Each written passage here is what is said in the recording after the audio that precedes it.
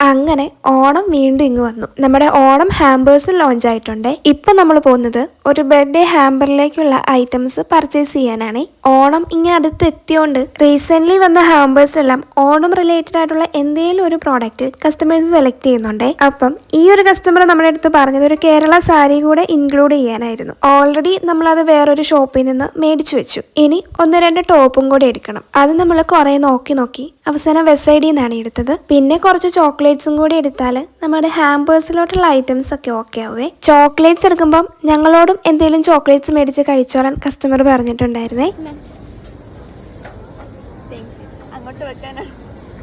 എന്നും പറഞ്ഞ് വലിയ ചോക്ലേറ്റ്സിൽ കയറി പിടിക്കുന്നത് ശരിയല്ലല്ലോ. നമ്മുടെ കസ്റ്റമർ ആളുടെ അനിയത്തിക്ക് കൊടുക്കാൻ വേണ്ടിയിട്ടാണ് ഈ ഒരു ഹാമ്പർ സെറ്റ് ചെയ്യുന്നത്. അനിയത്തിക്ക് അങ്ങനെ ഒരുപാട് ചോക്ലേറ്റ്സ് ഒന്നും വെക്കണ്ടെന്ന് കസ്റ്റമർ പറഞ്ഞിട്ടുണ്ടായിരുന്നു. പിന്നെ അതും ഞങ്ങളുടെ ഇഷ്ടത്തിനുള്ള ചോക്ലേറ്റ്സ് വെച്ചോളാനും പറഞ്ഞിട്ടുണ്ടായിരുന്നു. അങ്ങനെ കസ്റ്റമർക്കുള്ള കുറച്ച് ചോക്ലേറ്റ്സ് എടുത്തു, ഞങ്ങൾക്കുള്ള ക്രിസ്പെല്ലോയും എടുത്തു.